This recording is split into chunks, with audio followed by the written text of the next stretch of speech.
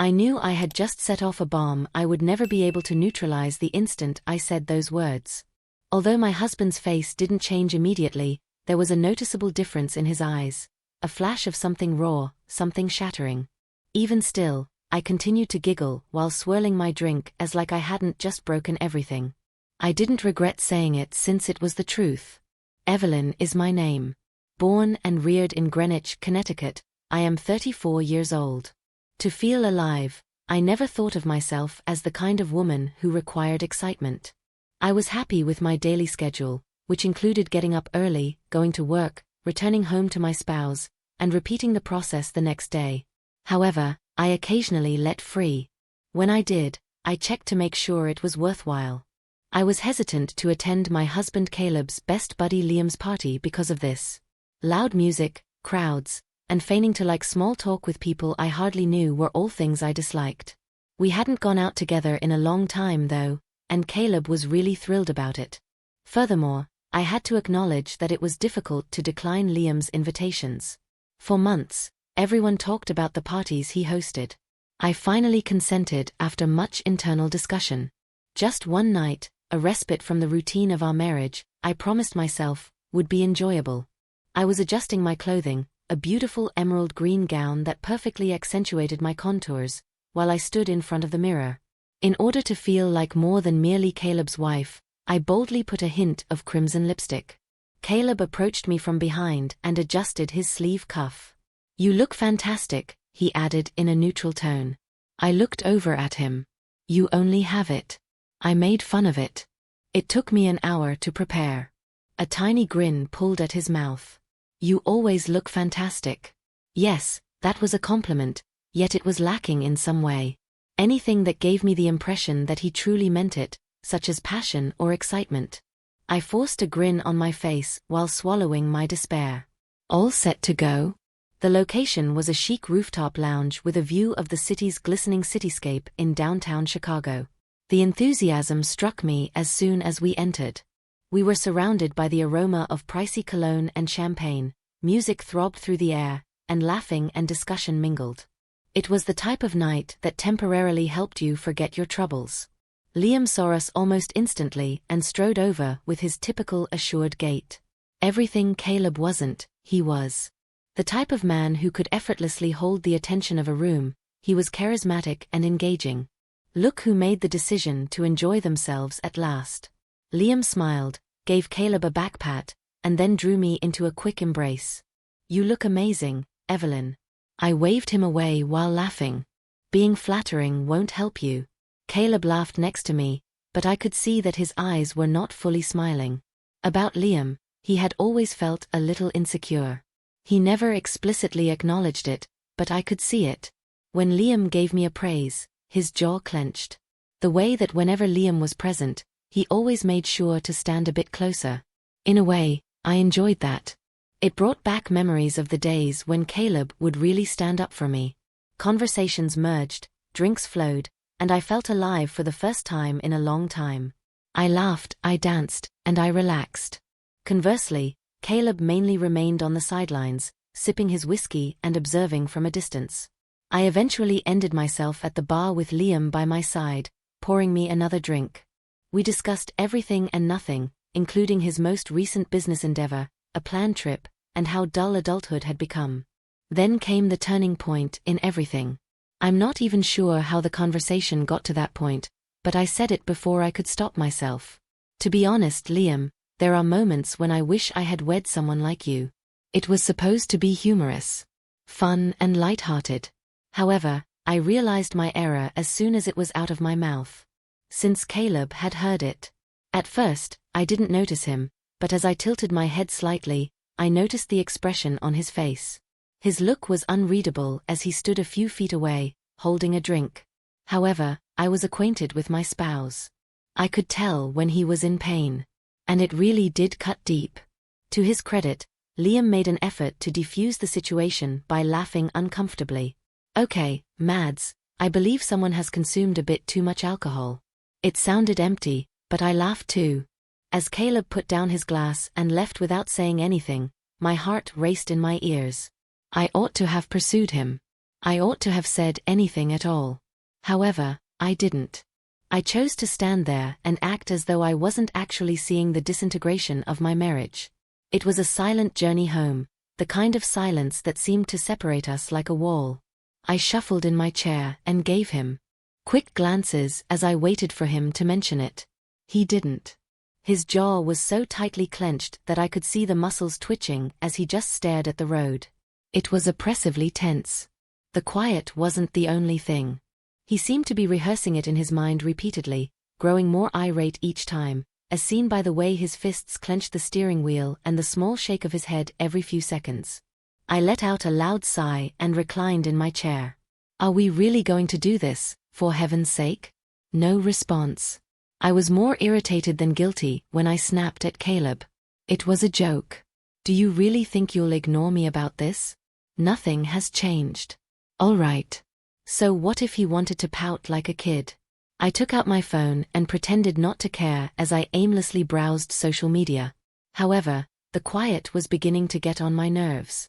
In order to call him out for his absurdity, I wanted him to react, to say anything.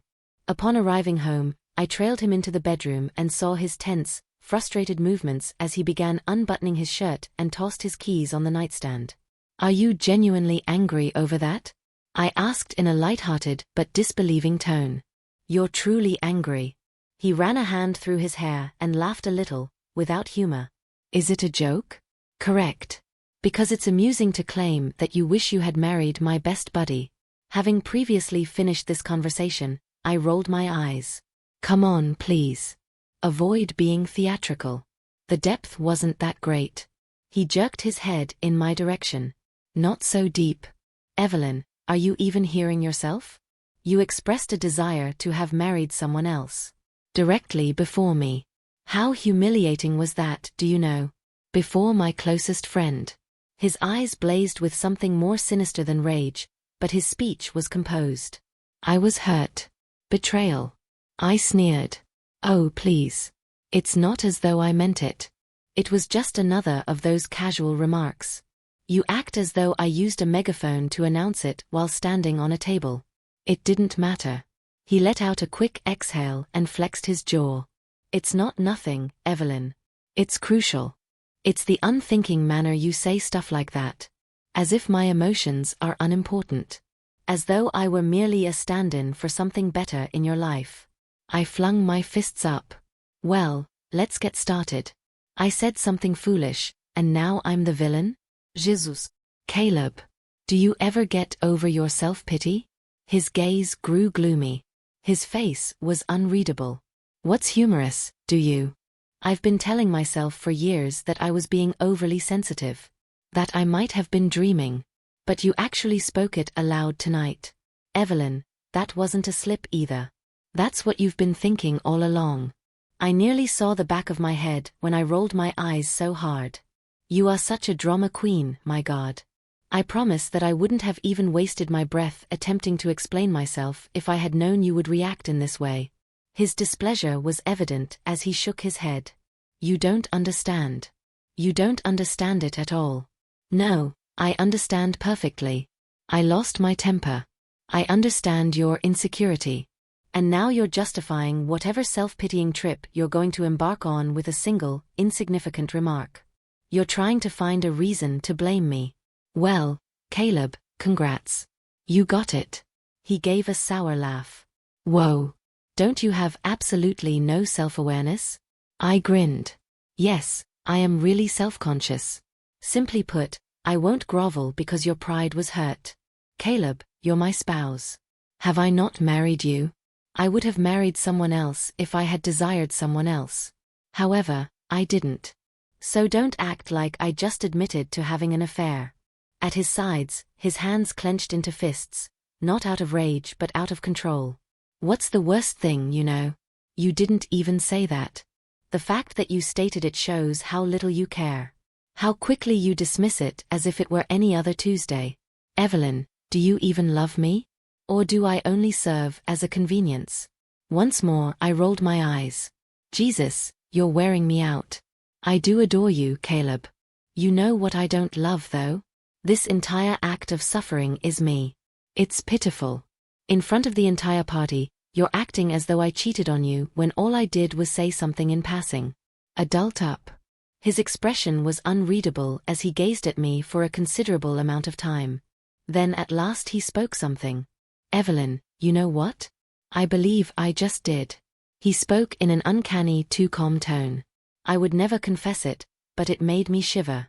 I sneered, "Oh please Caleb, stop being so dramatic. I won't use a joke to ask for your forgiveness.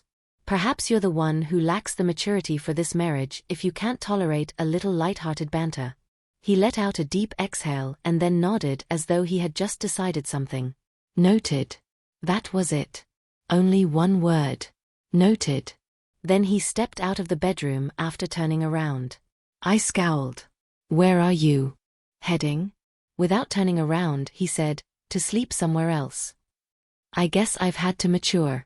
I laughed again, but I felt uneasy about something in my gut. Excellent. Allow him to be angry. He would go on. He did. Did he not? He spoke to me very little for the next few days. When he did, his answers were brief and truncated, as if uttering each word hurt him physically. The home felt heavier, as if we were both under the weight of an unspoken disagreement. I choose to disregard it. Did he want to pout? All right. I refused to give in to his childish behavior over a little joke. However, his silence began to irritate me. He would either disappear or act as though he was absorbed in whatever crap was on his phone whenever I entered the room. The worst thing? As if he were a tragic, wounded spouse in a melodrama, he was dozing off on the couch. Like he was the victim in this situation. I just wanted him to move on from it. He sighed theatrically as if I had destroyed his entire life, and it was tiresome to watch him sulk around. I finally lost it after he arrived home late and hardly gave me a glance for another night. Are you still doing this, really?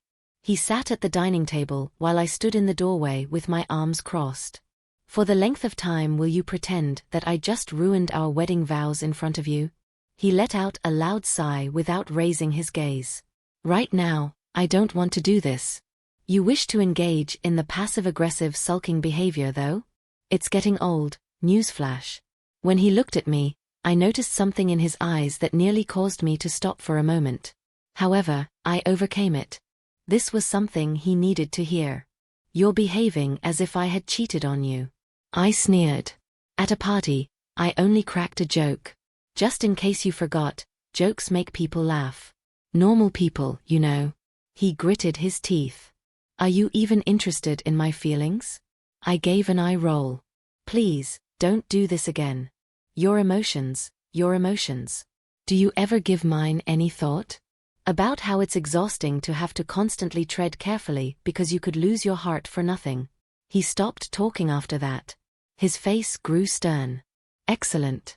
Perhaps now he would realize what a fool he was being. Instead, he pushed his chair back and got to his feet. At that moment, I became aware of the luggage next him. Despite my stomach churning, I remained silent. What is this? I asked in a purposefully casual tone. Are we traveling? Since you ought to have informed me. I would have brought a cute item. He let out a slow, deliberate exhalation. I'm going to be gone for a little. My face remained expressionless as my heart pounded against my ribs. Are you serious? You're abandoning me because of this? Evelyn, I'm not sure if I can handle this any longer. He spoke less loudly now. I require room. I gave a harsh chuckle. What's the space for? To make me pay for not petting your brittle ego. He gave a headshake. No. To determine whether it is even worthwhile to save this marriage.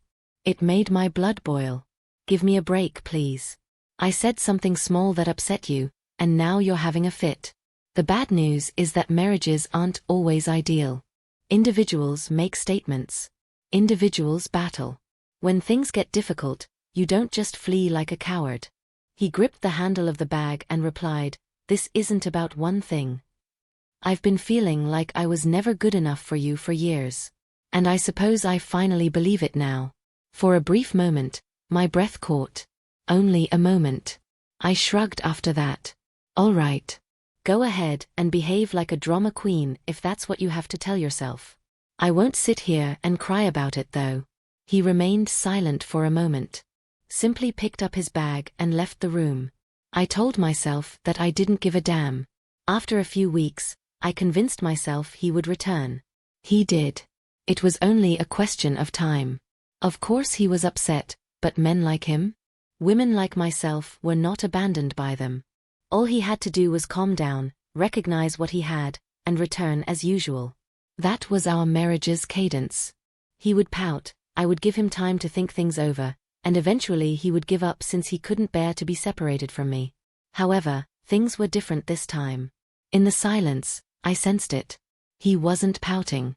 Unlike when he required my approval to feel like a man, he wasn't pleading for my attention. Don't send frantic SMS. No phone calls that are passive-aggressive. Nothing at all. I convinced myself that he was attempting to teach me a lesson through a game. Acting as though they have control when they actually don't is something that men love to do. He would snap. They break every time. It was me, not him, who set the rules for our marriage. Weeks continued to stretch into months and beyond. I became impatient. He was pushing it, but it was one thing for him to lose his temper and storm out. Finally, I contacted out to remind him who he belonged to and to expedite the process. He replied, but there was a problem. There was no longer any warmth. He added, I'll stop over this weekend to pick up more of my belongings. That was it. No hay del chatter. No dispute. Cold detachment alone. With annoyance brewing beneath my skin, I hung up and gazed at the phone. What on earth was this? Where was the constant back and forth, the conflict, and the tension? It wasn't meant to go like this. He was meant to be lost without me, to miss me. He sounded unconcerned instead. I nearly didn't recognize him when he came. He appeared lighter, stronger, and as though leaving me had somehow improved him. That in itself made me furious. He had shed a few pounds and trimmed his beard. I didn't recognize the ease with which he handled himself. The downtrodden man who used to wait for my approval in front of me was nowhere to be found. Hey, I said as soon as he entered. Hey, but it wasn't warm, he said. Just too courteous, as if I were a complete stranger. I leaned on the counter and crossed my arms. Can we have a conversation? What about us? He shook his head and moaned. Evelyn, there is no us. Something twisted inside me for the first time. This was not rage. It wasn't annoyance. I didn't like it because it was something new. Fear. I saw him leave through the door. I didn't go after him. I did not yell at him. Why would I? For me to grovel or beg, who was he? In the event that he no longer valued or loved me, our marriage was never intended to be. Weeks passed, followed by months. And I was struck hard by reality. He would not return. His absence seemed oppressive, and the home was filled with an unending silence. His best friend Liam shunned me, perhaps out of self-preservation or even remorse. I wasn't even interested in him. That was never the point. The goal was to maintain my husband's insecurity so he would continue to try for me. And I was by myself now. I was prepared when he eventually returned to retrieve the remainder of his belongings. I had persuaded myself that he would remember when he entered and saw me standing there in my silk robe, with my hair and makeup immaculate. He would recall how he used to worship me and how I used to make him feel. He would see his own foolishness and exaggeration. However, he ignored me and went directly to the boxes he had left by the door when he entered. He hardly gave me a nod. I leaned against the wall and grinned. Are you really going to behave like this? He didn't respond. I gave an eye roll. Come on, tell me, what did you practice? The whole pattern of the quiet, brooding ex-husband? It's pitiful. When he finally turned to face me, his eyes weren't as angry as I had anticipated. Just apathy, without annoyance, desire, or reluctance. More than anything else, that caused my stomach to turn. Evelyn, there is no us. I folded my arms. You say that often as if it were significant. With a harsh exhale, he took up a box and shook his head. Do you not understand? You didn't. I mocked him by tilting my head. Tell me. He put the box down and gave me a very close look, as if he were looking for something that had never been there. I cherished you. I loved you above all else, God. However, you behaved as though I were merely a pawn in a game you were playing with our marriage. It was control, not love, that you sought. You desired victory. I sneered. You're acting as though I destroyed your life, please. Remember how you left. He smiled sorrowfully. Yes, and I genuinely feel free for the first time in years. I didn't want to reveal that it hurt. Rather, I chuckled. Congratulations, then. I hope you're enjoying your newfound independence. He refused to fall for the trick. He took up another box just now. By now, you should have received the divorce documents in your inbox. Simply sign them and return them. My smile wavered. Are you truly divorcing me? More than one joke? He halted and shook his head incredulously. There was never a single joke. As you are aware, that was all. I wanted to argue, to hurl something, to disturb that composed look on his face, but I knew in my heart that he was correct. To keep him after me, I had pushed him, put him to the test, and twisted everything. And he was no longer playing.